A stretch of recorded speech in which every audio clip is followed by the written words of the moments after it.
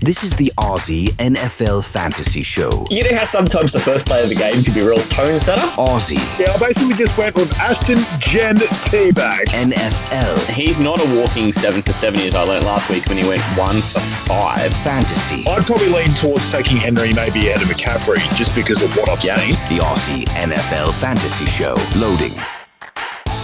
Australia's premier NFL fantasy football show is back for the Sunday show for the Aussie Gridiron Network. This is the Aussie NFL Fantasy Show.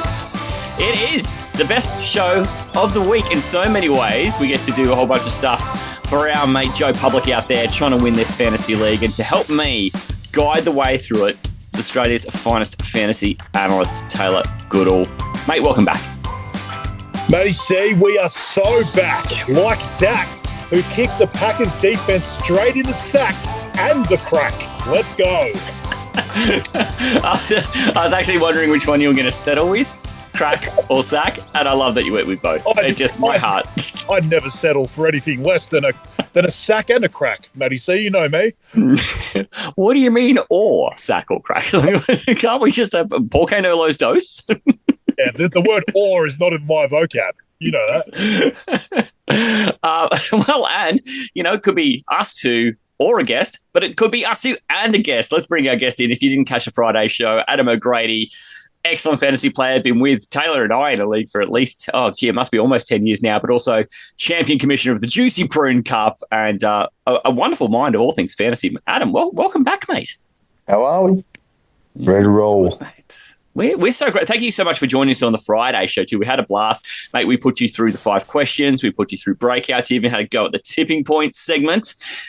You clearly don't feel too abused by what you went through on Friday because you're back. So how did you find it? Yes, easy. Taylor's actually turned into a softie these days. Drew him in. You drew him in a few times. Yeah. Hey, you got a rebuttal? I'm not allowing Adam to ruin this sunny Sunday, beautiful day, or raining Sunday. I'm not really sure, but look, it's. Let's get to the segments. I'm sick of this. Sunny or rainy Sunday. You did that last week too, Tate, and I was giggling about it when I was listening to that back. I still hold on to the claim that I awoken the giant that is Taylor Goodall into the fantasy realm. Like, without me actually saying that he was irrelevant, he would have never found the motivation to actually become the analyst that he is. That was actually gold when Matty. The context of that's great. He literally brought Adam on in a season show for the Astro League podcast and asked him basically who is basically a non-factor in the league and who basically can't win it. He said me, and then I went on to win the next 2 titles. It was absolutely amazing.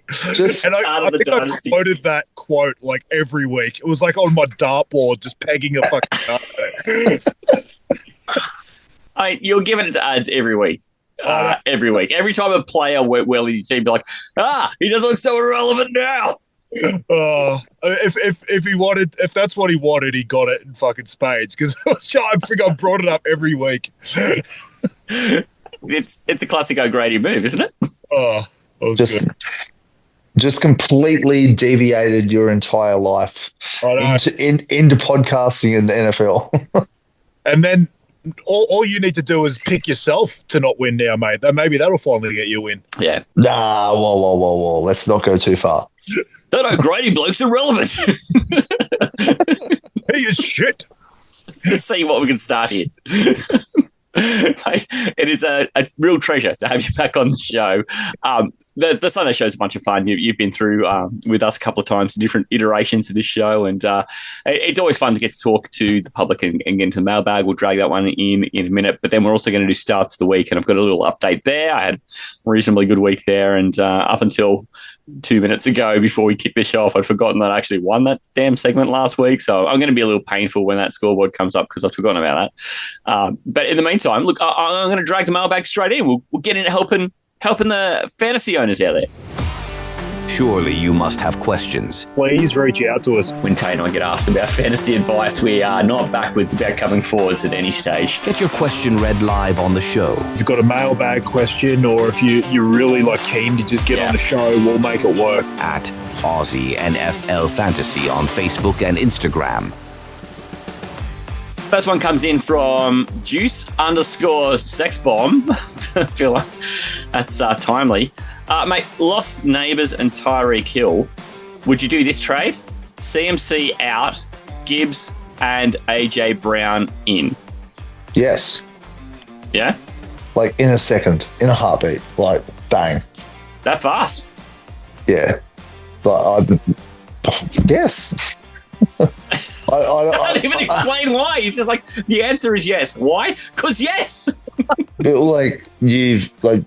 Gibbs is clearly Gibbs was drafted over CMC in most leagues. CMC is sitting there they're probably got similar scoring. Plus you've got AJ probably hasn't been great, but he still has draft capital. If you're going to draft, and you can even take him and then see if you can flip him, or you want to play him. Bang. Tate, what are you doing with this? If it's CMC out, but you're getting Gibbs and AJ Brown, you doing that? Yeah, I'm doing that in a heartbeat as well, because you're basically, as much as I've got issues with AJ Brown and his consistency, you're basically getting AJ Brown for free in this trade, because I probably would take, as much as CMC has been great this year, more to do with volume more so than him sort of breaking off big plays. We also know his injury history. He's getting 30 touches a game. Is there a chance he breaks down? I would probably do Gibbs for McCaffrey straight up. So I feel like AJ Brown is just basically being thrown in there as something extra on top of it. So yeah, obviously, given the context of you needing a wide receiver, that makes it even more of a slam dunk. But honestly, in a vacuum, I'll just do this trade anyway. I agree. Wow. And see, I looked at this going, that's kind of compelling, because maybe this is just me being so in on CMC this year that it's ridiculous. So I probably need to take off my CMC coloured glasses for this one and listen to you guys.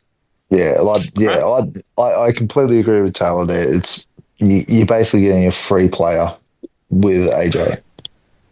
All right, so let's say Juice_Sexbomb. Smash accept. Do it now. The second one comes in from at Money Soda Mike, which I love this. Question is Kenneth Gainwell going to have a role going forward after his performance in Dublin? No. He's just a 1 weeker, you reckon? I think he's a 1 weeker. If you have Kenny Gainwell and you want to try to flip him for someone else, I reckon that's probably your best bet.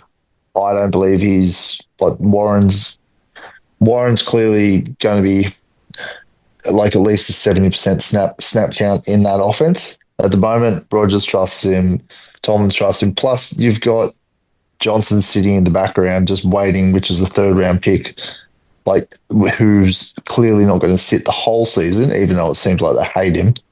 But if you can flip Kenny Gainwell for, I think, anyone at the moment, go for it. Wow. Okay, you agree? Yeah, look, if the question is just does he have a role, yeah, he probably does. He seemed like he was the running back too anyway. But is he going to replicate what he just did over there in Ireland? I don't believe so, because the problem for you thinking that is, Warren almost played, so it doesn't look like he's got a serious injury. They're now going on bye, so there's a good chance that he's going to heal whatever injury he had. And then there's a chance they come back off this bye and Warren's just the running back one again, and you just got Gainwell sitting there behind him. So, and I agree. I do think that Caleb Johnson will eventually be worked into this offense. They spent too much draft capital on him to just sit him the entire season. I know Arthur Smith's a bit of a wanker, but I think eventually he is going to get involved. So, yeah, I'm the same as Adzi. If you can get anything on the trade market right now for Gainwell, anyone that's super desperate at running back, I'd do that in a heartbeat. But yeah, no, I don't think he's super relevant the rest of the year unless, Warren has a far worse injury than we realise right now. Yeah, now there's kind of no rumour about that. So I guess there's no context as to whether this is someone who owns Gainwell or is looking around to see if he's worth acquiring, but it sort of sounds like, and I'd agree with this, is if I own him and someone's come and knock on my door. I'll take whatever they offer. But I'm not actively seeking him unless he was free. And even then, yeah, it probably I wouldn't care a lot if the split between Gainwell and Warren evened up a little bit, because I just don't think it's the highest volume, backfield in the world in the first place. So I don't think it really moves the needle much. I've got a third one here from @SimoShaw98, and he asks straight up, McLaurin or Sutton rest of season? Who have you got, Tate? Sutton. Oh, Adam jumped in and answered. Go for it, Adam. I was going to say Sutton straight up. Like an injured McLaurin who's losing like targets to Debo against Sutton, who's still he's had one down week within the last 4, but I think he's definitely still the main target guy in Denver. Yeah, Sutton easy, and I would, if anyone's offering that, I'll take it, because that's one of my biggest trade regrets is taking a Terry McLaurin over Sutton. Most people did. This is the thing, like a draft. Yeah. This is where draft and mid-season are different things, right? We all valued McLaurin higher than Sutton at the draft. Tay, you sound like you're flipping the script as well and going, right, we know more now. See, I didn't have McLaurin that far ahead of Sutton in the rankings, because remember we did our rankings and you were questioning why I had McLaurin at like early 20s this year, Matty C. And honestly, it's a lot of what we're seeing. Obviously, didn't foresee like another injury that kept him out of last week. But these guys that hold out and then get their contracts like a week before the season, unless you're basically like Jamar Chase or CeeDee Lamb, it seems to really have an effect. And he didn't get all that time to build a rapport with Jaden Daniels. Obviously, you've even seen Jaden Daniels get an injury that's kept him out for a couple of weeks his way. He just doesn't have the rapport this year. And the problem with his season last year was so touchdown dependent. And there was always reason for regression in that side. Now, I do think you're going to see better days for McLaurin than you've seen so far, because honestly, it can't really get much worse. And obviously, if Dave gets healthy, it's going to be better. But there's no reason to believe that this won't sort of keep happening for Sutton. He's a wide receiver 1 for a Sean Payton offense that, even though they have a great running game, they still seem predicated on passing. Like, they had 42 pass attempts in that game against the Bengals, and they led the entire way comfortably. So it's not like they're a game script dependent team where if they lead games, they only run the ball. They pass a shit ton in any situation. So I think being the wide receiver 1, Bo Nix hasn't looked amazing, but he's been good enough for Cortland Sutton this year. So I think there's actually reason to believe that could even be stronger moving forward as well. So I would take Sutton as well. There's a lot of situations where I like the receiver without liking the quarterback. Always like Sutton. But yeah, I was definitely somebody who had McLaurin a lot higher up, just expecting that, there was just not as many passing yards in that offense last year. And I was just expecting his yards to be a little bit more supportive of the touchdowns he had. So, that hasn't worked out. But I've always been a Sutton fan. So, I would also lean heavily on the Sutton for the rest of season 2. I will say one thing for McLaurin is he's probably two receptions away from like an extra 25 points on top of his score. He had a 56 yard touchdown call back on a penalty, and he also had like a 76 yard touchdown stop at the 1 yard line. Oh, it's like he's literally been right there. But I think the difference is Sutton's converted. Oh, and this wasn't me trying to be fully anti-McLaurin. Like, Sutton it seems to have an amazing rapport with Nix. And there's a lot of other players you could have put up against McLaurin in that question, and I would have actually taken McLaurin. I do think there are better days ahead when Daniels gets healthy. So this isn't just like fire sale, bloody McLaurin and don't. Correct. I wouldn't even have an issue if you looked, for a disgruntled owner and tried to buy him low. Well, I have no issue with that. It's just I just think Sutton's in such a great situation that I wouldn't be taking McLaurin over him. But there are a lot of other people I would be taking McLaurin over. Correct.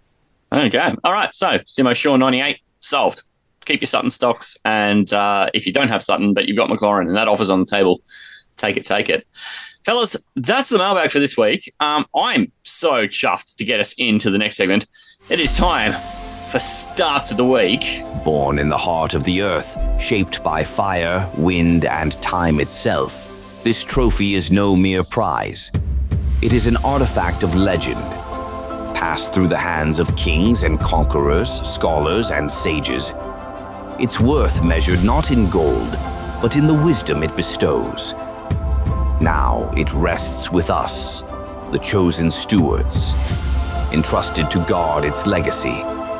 Only he who offers the truest insight, the boldest foresight, shall lift it high and claim his place among the immortals.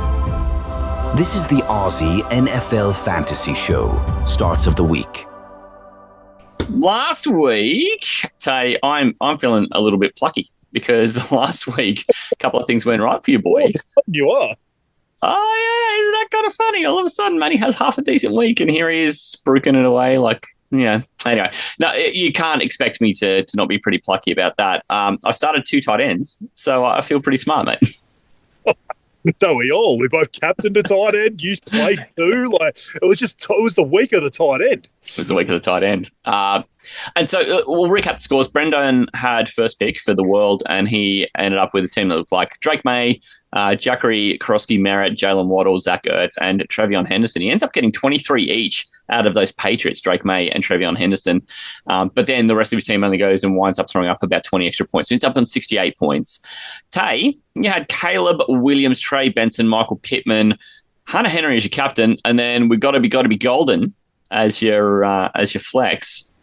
I tried giving you double captain points there too. Actually, at one stage when I totaled up some scores there, because he's your flex, just give golden double points as well. But once we unpicked that, we went up with 73 points, mate. 23.8 from Hunter Henry.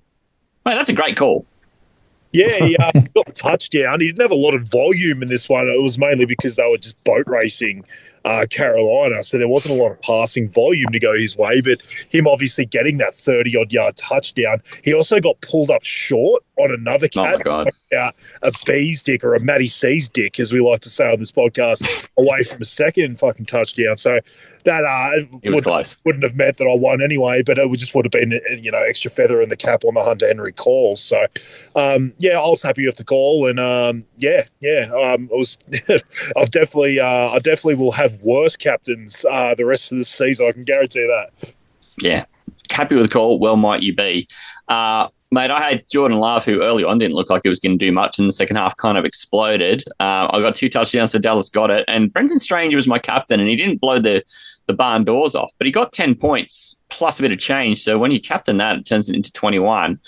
And then on the Monday night game, just got the most bullshit little receiving touchdown for RJ Harvey at the end to really press that home. Ended up with 93 points. It doesn't do...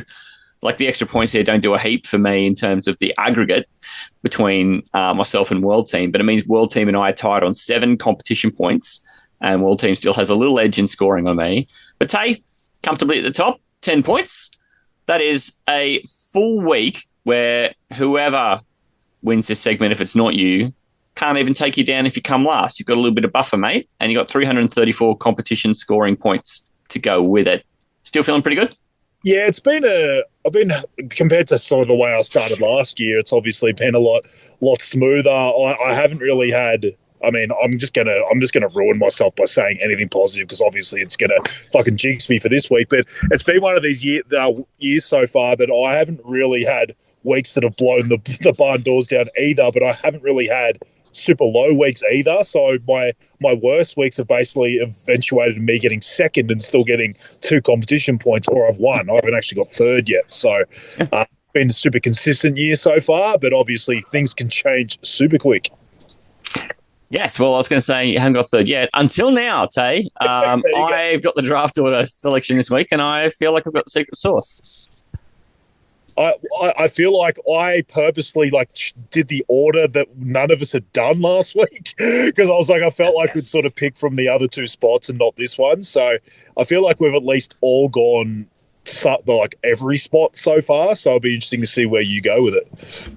Yeah, well, mate, I didn't muck around with it. I've got my plan on what I want the draft order to look like, because I feel like we've discovered something that if you don't put Tay in a spot where he wants to go and he just throws himself in an anything spot because he's kind of got a bit of a lead and feels comfortable, he's vulnerable. So I'm going to just rinse and repeat. I've got you in the first spot, which means that you get last captain. I've got Adam in the middle, so every round you're the second pick ads, nice and consistent. Yep. And Matty C with first captain. I'm going to go last in the snake rounds. And the way this works for those playing at home, rounds 1, 2, 3, 4 are classic snakes. So go Taylor, Adam, me, Adam, Taylor, all the way through the first 4 rounds. And then the 5th round, it'll come back to me being the first pick. And of course, for those who've been with the segment from home, you know, the lineup here is a quarterback, a running back, a wide receiver, a tight end, and a flex. You have to take your quarterback somewhere in the first 4 rounds because your 5th round is your captain. And your captain can be any of those positions. It can be a tight end, it can be a running back, it can be a wide receiver, or it could be second at one of those positions in your flex. And that will double points for that player. So, with all those caveats in, let's start the clock. And Tay, you're up with the first pick. What are you going to do? All right. I definitely didn't mind being near the top. I kind of had a couple of guys in separate positions that I probably would have liked to have taken. You knew you were going to get a top 3 pick, though, right? I didn't know if I was going to have a top 2 pick, did I? I thought I might have been third. Obviously, I didn't know what you guys would pick. So I will go to the position that I think is probably just a little bit harder to fill. So I think I'll go to running back here. This guy was a bit of a waiver wire darling this week. He seemed to sort of take over the backfield. He's got a very good matchup for a team that's defensive-wise is completely depleted. Can I guess? I'm going to go with Woody Marks. The Ravens last against the running back position. He has gone from 4 to 22, but he's sort of sitting well below 50 still. So I figured at 22%, he'd be good to go. Got no arguments about it. In fact, love the pick. What do you reckon, Ads? Yeah, it was the guy I was going to take, so sweet. Okay. Well, I mean, the great thing is this puts you right up and you've got the pick of the entire litter that isn't Woody Marks. So anyone else you like. Who's in that litter? I don't remember any of them. I reckon you could go and get yourself a nice slice of Aaron Jones or Gainwell. I hear he had a good week. Go get Gainwell. Oh yeah. Ollie Gordon looking fantastic. Yeah. All right. That's the whole litter, by the way.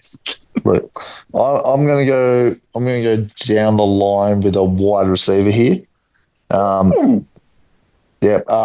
This team has started off with probably the hardest schedule so far out of any team.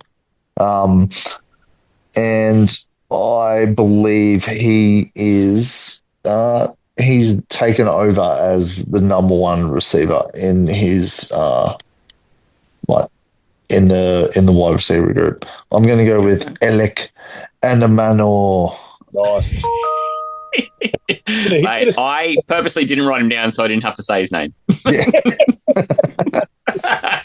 He's been I don't know if as you realise this, but Kev, who comes on our show, he always does a scraps team. So he basically picks a team out of basically any player that's left that hasn't been picked by us.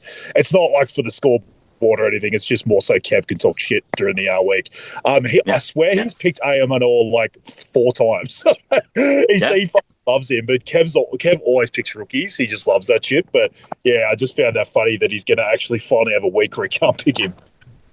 Yes, he loves doing that too. That he'll pick some of these rookies because it's obscure. So if they come up, he's like, "See, I'm a genius," and then when they don't come up, he's like, "Well, they're just a rookie." So it's kind of he's like the perfect catch.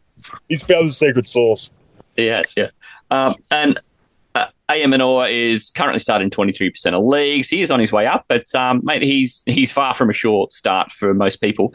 But he's been looking better and better as he goes by. I know he only had 6 points last week, but the previous weeks before that, he'd been out there for, he continues to grow his presence on the field, always having sort of 75% or more of the snaps on there. But he has 7 targets, which equals his career high. So he's he's out there and he's getting looks, and it's all very positive. So hopefully he can turn up a good week for you this week, Ads. Thank you all.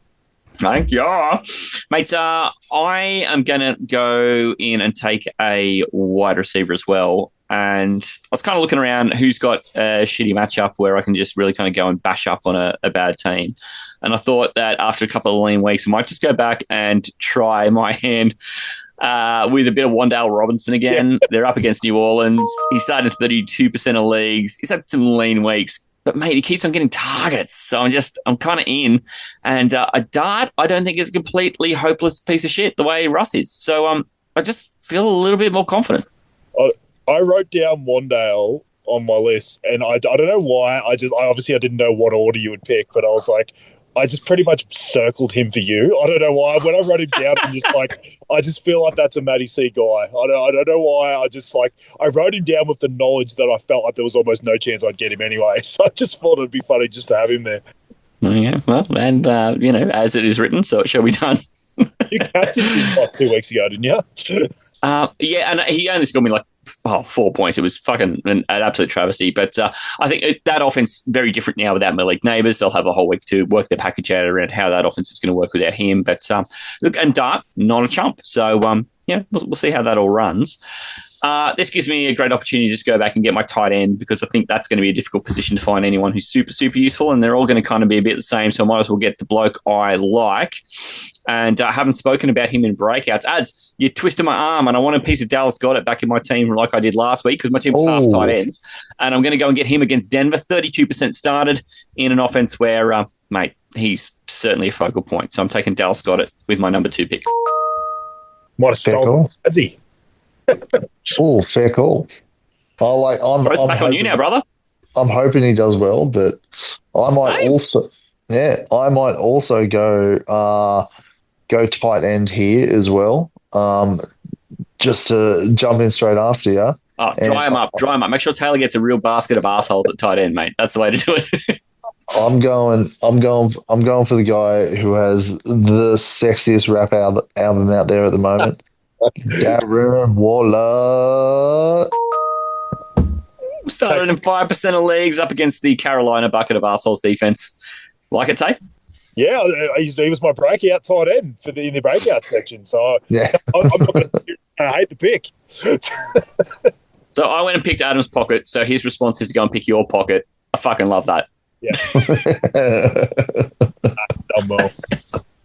So that gives you Ayamanor at Arizona and Darren Waller at Carolina for your wide receiver and tight end. And it puts Tay on the clock for a double pick. Sure does. All right. See, no one cares about running backs because you already took it. They're all a bucket of assholes after that, right? Yeah, you definitely got the best running back. I agree with that. All right. I think I'll know my first pick. I might go. I'll dip my toe in the wide receiver pool first. This guy, I kind of liked him in draft season. I've always liked him in this segment in other years as well, because I just feel like he's super consistent. He actually is having a better year than I kind of realised. I actually looked at his numbers today because I had him in a couple of benches and I was really desperate for wide receiver and I didn't know whether to go to waiver wire hunting. And then I looked at his numbers and went, shit, I actually think he's been completely under repped this year. I'm going to go Khalil Shakir up against. Yeah. I don't know his updated number. I had him at 32% about 2 hours ago. I assume that hasn't just bursted outside of 50%. He's exactly a guy everyone's looking to start. But I kind of like him in this kind of segment. He's super consistent. He's generally the number one target. I know you saw Keon Coleman have that breakout in week 1, but it still seems like Shakir was still coming back from an injury early in the year. And now he seems to be getting the trust back with Josh Allen. So I'm just sort of going to take the volume. I think you're going to get a Shakir. I'm starting to wonder if Keon Coleman will be the next guy I mentioned for the Pentagon as well, to be honest. So Shakir was on my list. The last I saw was only right before we came to air, and he was at 42 then, but I don't think he's in a lot of danger of shattering the 50%. So I have no queries about his relevance for this segment, and I'm pretty happy for you to take him. But we all agree Josh Allen's probably going to have a good day out against New England, so why wouldn't Shakir benefit from that? It makes a lot of sense. Yeah, and like I said, I think it was more injury that just stopped him really early in the season. Keon Coleman, remember I brought up week 2 on the Supercoach halfer that I was trying to warn people off buying him in Supercoach because I felt like it was a bit Fool's of a gold, and it sort of worked out. So Definitely worked out good, that one. I might jump into the quarterback realm here. Here we go. Breaking the seal. Ooh. Couple of guys I've sort of got near the top of my list here. I'm going to go and take my break. Well, technically, I could actually take which one? breakouts, but I'm going to go with Justin Fields against Cowboys.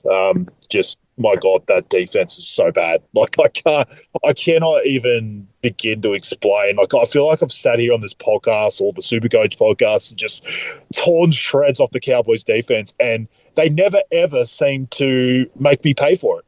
It just seems to be rinse and repeat, and I don't want to be boring, but they are just so bad. It is just, like I brought up, I thought they were the Bengals this year, and it's honestly why I like the offense of Dallas as well. But it's just targeting this Dallas defense with the quarterback. It just seems to be what I've said, the secret sauce. So I think Justin Fields could do it in a lot of different ways this week. So yeah, I'm going to make him my quarterback. He was horrendous when I took him in this segment in week 2. So I'm hoping that I don't get a repeat of that. Scored you a gentleman's 3 or something like that, wasn't it? Game against the Bills after he dominated in week 1. And then he came out and threw for like 27 yards. So I'm hoping that that doesn't repeat itself, but I assume against this Cowboys horrendous defense that won't happen. After a nice start, you got Fields, who's projected about 20 points in standard sleeper scoring, and then Marks and Shakir are both averaging. They're both projected for just on the north side of 10.5. So nice strong start to your side here. So Fields, Marks, and Shakir throws it back to ads here in the third round. You've got Aya Manor against Arizona and Waller, Carolina. Looking to fill a quarterback, a running back, or your flex with this one. Let's go down the road of RB Justice Hill after his garbage time breakout. Yeah. I think when looking at the rest of the running backs in, like, it's a dart throw for who's actually going to be relevant, but I think Justice Hill's probably got, if they're behind in the game at all and Henry can't get anything going on the ground, I think they'll probably bring him in for a fair few snaps. He out-snapped Henry in the last game as well. So why not? I was going to say Cooper Rush coming in for Lamar, that actually could be super good for Hill, because it could be dump offs. Cooper Rush isn't going to want to stretch the field. He's going to want to probably just, find sort of a safety valve. And like you said, when this has always been a Henry thing, even when he was at the Titans, he's a bit of a front runner. And if the Ravens aren't in front of this game, there is a chance that is a lot of Hill. So yeah, I don't mind the pick. Running up that hill. So you've got he's currently started in 3% of leagues. So he's what's up? I don't know. I don't know. Is he trending up? I don't know. That's a bit close to 50. Yeah. He's what I like about it, though, is so he's not starting a ton of leagues, but you've just given people a whole bunch of reasons why, if they're struggling for a little bit of upside at running back, why this is not a bad pick, even if you've kind of got a guy who might plod along and get you, 7 or 8 points, and this guy's, he's projected to get you 7 or 8 points, but why Justice Hill is the better shot, because he's got upside in a way that, maybe potentially trotting out Jackery, Krosky, Merritt maybe doesn't. So that's what I like about it. I think that's bang on in the spirit of what we're trying to do here. I'm sorry. Oh, gosh. This puts me up, and I'm in the same position as Adam was there. I need a quarterback, a running back, and my flex. And it's not exactly like there's no pressure on running back with you guys having running back, because there's the flex changes everything and having a captain. But I do need to get my quarterback solved, and I'd rather do that before ads, because ads doesn't have one, and I get the double pick here. I'm going to go ahead and throw in Geno at Indianapolis. Not a popular pick. Only starting 20% of leagues. We were laughing about him maybe being a downgrade from Minch and Aiden O'Connell last year. But, mate, he's chucking that ball around and they're scoring passing touchdowns. I don't care if he looks good doing it. He's going to score me some points. That's all I'm after. Yeah? Is he? Yeah, he is. He just versed a terrible Chicago defense that did nothing. He threw for 117 yards. At least the interceptions are only -1. Yes. Or are they? Okay, not -2. Nah, it's the standard scoring. Yeah, okay. Yeah, we're just using when you open a sleeper league, whatever the default there is, because we know that's like the majority of people are playing without offering too many scoring settings. Yeah, okay, fair. Makes it a bit easier. Still bucketed dicks. He's trending down, sure. I'll accept that. And he only scored 12.8 total points last week, but he's throwing the ball around. He's got a lot of attempts out there, and I just get the feeling he'll score a few points this week against an Indianapolis team who don't have a good secondary. They don't. They're bottom 10 against quarterbacks this year, and I don't mind the idea of just, Gino threw up 26 against Washington, which is more likely, 12 or 26. Maybe they're 12, but this is the idea. Throwing a guy's got some upside. He's shown he can do it. I'm down with it. Nice. The next one here, the running back to me is it's tough because there's so few good ones. I feel awful doing this after I put him in my lineup recently and it didn't go so well. But I'm going to go and throw Zach Charbonnet back in against Tampa Bay. He was a non-starter the week before they end up with the Thursday game the following week, just with a bit of foot soreness, and he ended up scoring me a 0. But I'm going to throw him back in there. He started in 24% of leagues in Tampa Bay, not exactly the world's hardest team to run on. And he and Walker have been, whatever you like about either of these runners, that backfield does not belong to one man. It is definitely a shared backfield, so I'm going to go and take the Charbonnet end of it because he tends to get a little bit more of the stuff in the air. So, Charbonnet, welcome back to the team, and you fucking better play this week. Oh, I hope that too, Matty, after somehow you picked him up illegally in Astros. Ooh. Ads has this waiver claim in, and I just go and add him, and he joins my team, and then Ads is like, what the fuck? I'm like, yeah, what do you mean, what the fuck? And he shows me a screenshot, and the waiver wouldn't have cleared before the game started this week, of the week it was on anyway. And it's like, all right. Super You wouldn't have got him weird. anyway, but I just threw him in there because, he was there. Yeah. Anyway, so Ads ended up with him. And did he score you any points? No, it was on the bench, and then the rest of the team sucked anyway, so no good. Such a weird scenario. Anyway, that's the Zach Charbonnet effect right there. He's drawn to me. I think he's trying to make it up. Ads for what he did to me in starts of the week 2 weeks ago. Of course. That's what I'm thinking. Mate, you have to take a quarterback because you can't take one in the 5th round. Yeah. You gonna? No, I'm happy with that. All good. I'll take big ball Matty Stafford. Yeah. Yeah. Dude was a stud last week. Going to come out again. I'd love to see him pants San Fran. Fuck those guys. Fuck those guys. Right in the air. Horns up, baby. Let's go Rams. Would it shock you, Ads, to know that in sleeper standard leagues, Geno Smith and Matt Stafford are started in the exact same amount of leagues? That's disgusting. It's disgusting. Because I had Stafford on my list too, but I try to stay away from the Thursday night guys generally just because, this airs on Sunday. Those guys have already played. We don't know what happened on Thursday night, even though we're late. I don't discourage people from doing it. I just generally try to stay away from it. But how about that game Stafford played on Thursday night, Ads? All right. So let's just do a quick one.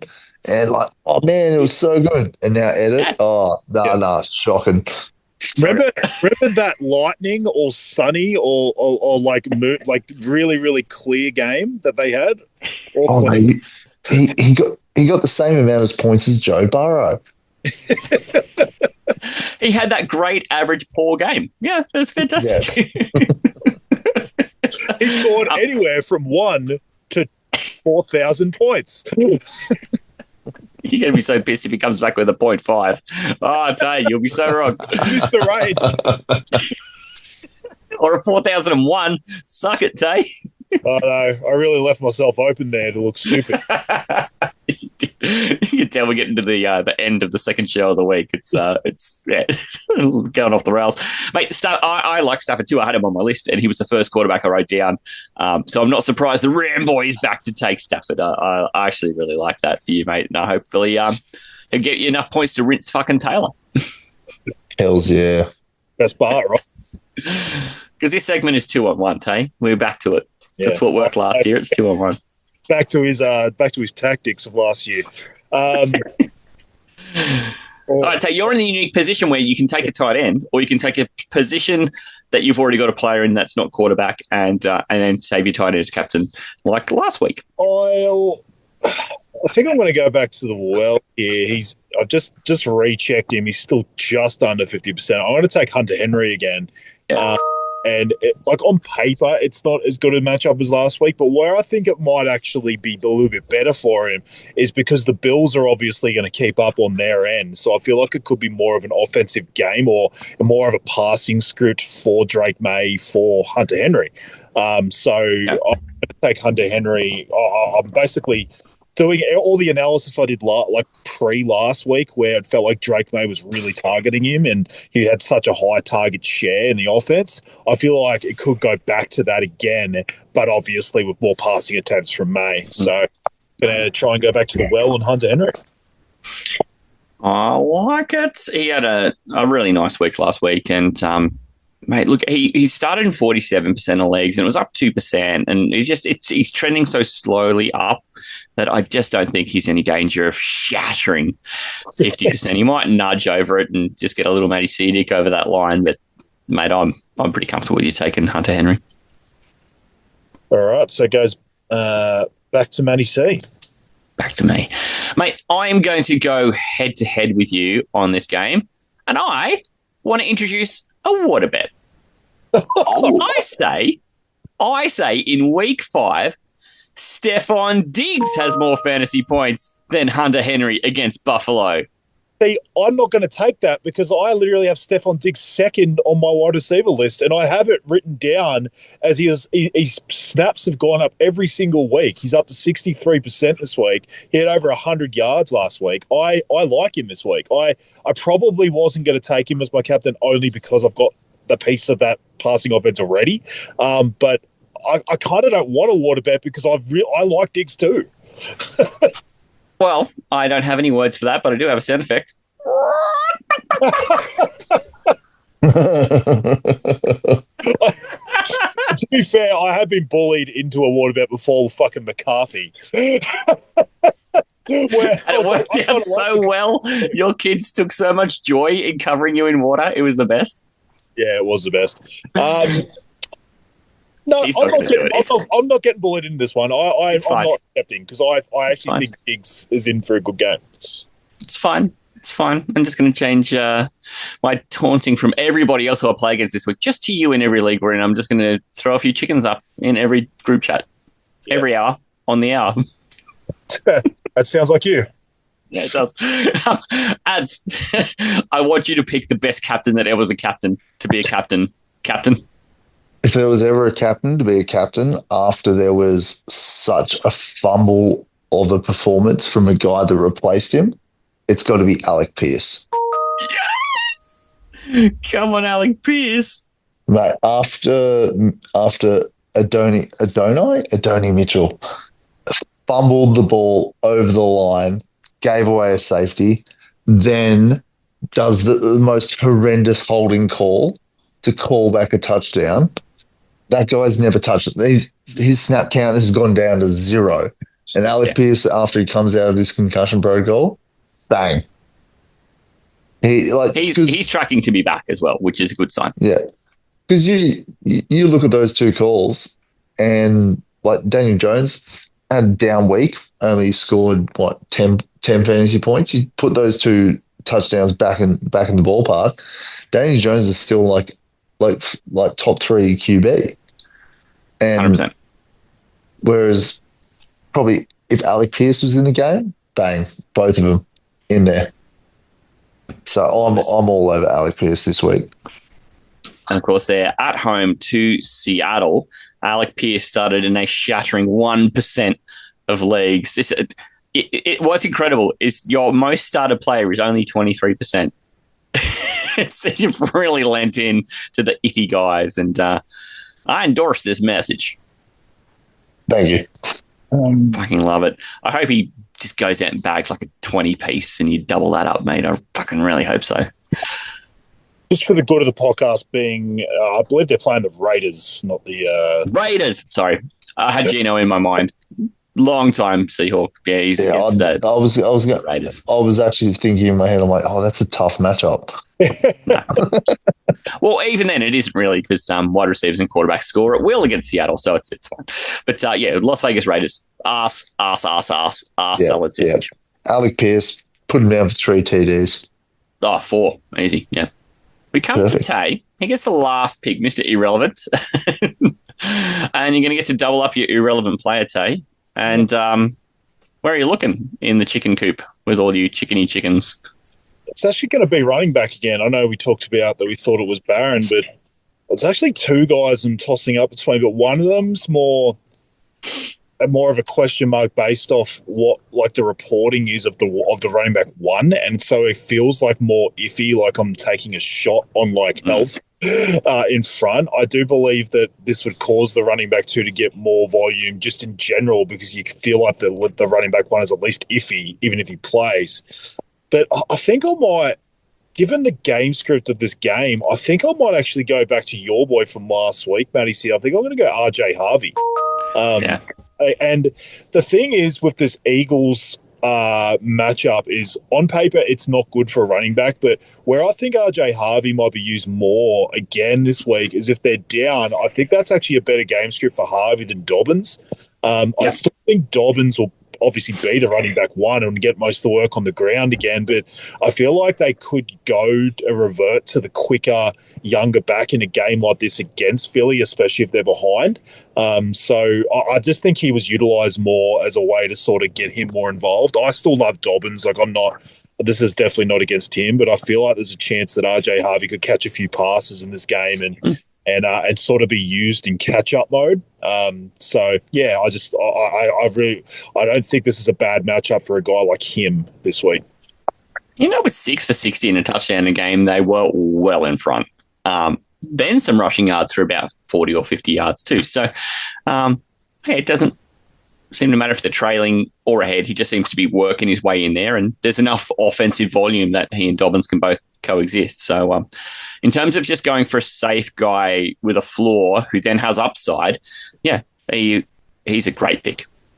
It was just, for any Harvey owner out there, it was just good to see him get more volume last week. And it's just, they have gone away from like even needing a 3rd or 4th guy. It just looks like it's been completely you, Dobbins and Harvey at the moment. So look, it's still got its risk. Like, it could go back to what it was in the first 2 weeks, and it's just all Dobbins and it's no Harvey at all. Like, that is the risk, obviously, of the captain. But it just felt to me like there was a little bit of a signal of things to come a little bit from last week. So I'll just touch on the other guy I was looking at, was Rashad White. Before Bucky Irving news, I just felt like there was a chance he was going to get way more volume this week, so I was considering him, but I just decided to go with what I saw last week in Harvey instead of that. Yeah, and like, I had Rashad White on my list too, and was a little terrified of taking him. I thought he would be someone I'd take if the cupboard got really, really barren. But look, he did see a little bit of benefit from last week. He ended up with almost 9 points, which is kind of a good week for him at the moment. But yeah, look, that the role is big enough that even if Bucky goes and is just limited a little bit, that it would see an uptick for him. But I understand why with your captain, it's difficult to do. And I also just wondered, like, I felt like if I went and took White and then, like, I found out Bucky Irving was out and I'll be all happy. Watch Sean Tucker have have 2 touchdowns and 170 yards, and Rashad White just has the exact same role that he already has. Fucking hell. Even if Bucky Irving was out, I'm like, is that even guaranteed White is a full workhorse running back 1? Like, I've seen that happen before where they just use Sean Tucker as the Bucky Irving and White doesn't change. So yeah, I just wasn't 100% sure, but I thought it was worth writing down and thinking about. Yeah, 100%. I mean, now that you've said that, it's going to be a big Tyler Beatty day, and it's really going to fuck up your RJ Harvey shares. So, that's just how it works. That starts of the week, guys. So, we get to the end of it all. I'm going to read our teams down. Taylor with the first pick has Justin Fields at Dallas, Woody Marks at Baltimore, Khalil Shakir versus New England, Hunter Henry in the same game at Buffalo, and then RJ Harvey at Philadelphia as his captain. Adam, lovely job here. You picked second, which means that you got the second pick every round and there was no diversion. You could just easily cherry pick from the middle of each round. You have Matt Stafford at San Francisco as your quarterback, Justice Hill versus Houston as your running back, Alec Ayamanor at Arizona as your wide receiver, the rapper Darren Waller at Carolina for your tight end, and then the return of Alec Pierce as your wide receiver captain. Hopefully he'll score a bucket of points. And then on my way home, I got Geno Smith at Indianapolis, just taking a bit of a punt. Zach Charbonnet looking for some redemption. Wandale Robinson at home versus New Orleans, and Dallas Scott at home versus Denver before taking Stephon Diggs on the road in Buffalo. That is our teams for starts of the week. If you haven't caught the Friday show, go back and catch it. We spent a bunch of time with Adam. We got him through the 5 questions. He played some tipping point. We've got a whole bunch of breakouts. And now, Adam, you've got a team for starts of the week and looking to do another great job for the world team here. How do you feel about your team? Mate, she's. I reckon if those players would definitely be able to be found on any waiver wire in any league. Yeah. I reckon Ayamonor might be the only one who's owned in some of that too, like Stafford, Hill, Waller, and Pierce, probably readily available to just go and collect. Yeah. Helping the masses, mate. Feeding families. Look at you. Start them. I can get into them. Tay, your team, how do you feel now after you've poured over that and had a bit to think about with your captain? Yeah, I'm happy with it. It's a lot of guys that I really like their matchups as well. So that obviously makes me feel like there's a better baseline for the guys. So hopefully it's another one of these weeks where, even if I don't, have a team that sort of just, goes to town, I can sort of at least sort of fit in that middle and worst case scenario, get 2 points, competition points. So, I'm pretty keen on the team I brought out. Obviously going up, having a quarterback against the Cowboys always makes you feel pretty warm. So hopefully it's a better week for Fields than it was in week 2. Doesn't it? It's like having those little hand warmers that go in your pockets in a Canberra winter, isn't it? Having someone like that in your team. Mate, I'm just happy that I won last week, and we'll see what happens this week. But Taylor is currently in the lead in starts of the week this year. He's got 10 competition points. The World and I are tied for second on 7. So Taylor's got a full week break on everybody, and he can't score less than 1 point. So it means that this week, no matter what happens, he will still retain first place. But World and I are chasing you down, mate. And then, mate, we did a great job of talking to the general public and getting a couple of questions solved in the mailbag. If you do have questions, find us. We're available online at Aussie NFL Fantasy on the Instagram. You can also find Taylor at Taylor41. You can also find him kicking around any group where people are talking Supercoach. Go and find the Supercoach Halfer here on the AGN as well. Mate, we both had a good week last week, so hopefully we can continue that trajectory.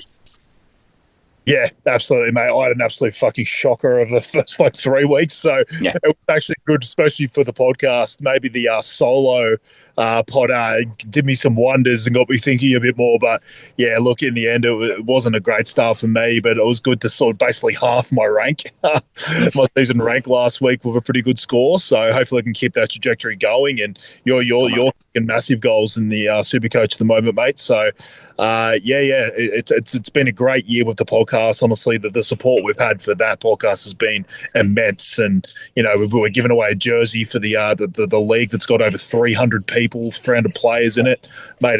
It's honestly just been an absolute wagon that podcast. So hopefully, it keeps going from strength to strength. If you're playing Supercoach NFL, or if you know someone who is, just find our league. It's open to the public. And, mate, if your team kicks ass, you may just win some free shit. That code is 962235. I'll whack it in the notes here, but it's also in the show notes of the Supercoach Half podcast that went up on Thursday. So go and find it. Ads, thank you so much for joining us. It's always great to have you on. And, mate, all the best with your Juicy Prune Cup, but I can't wish you all the best in Astro League because that trophy's mine. Well, I called it early. I'm getting a playoff win this year in Astros, so that could amount to a full cheat. I also called you irrelevant, so that trophy is probably yours. Oh, lovely. See if we can start something.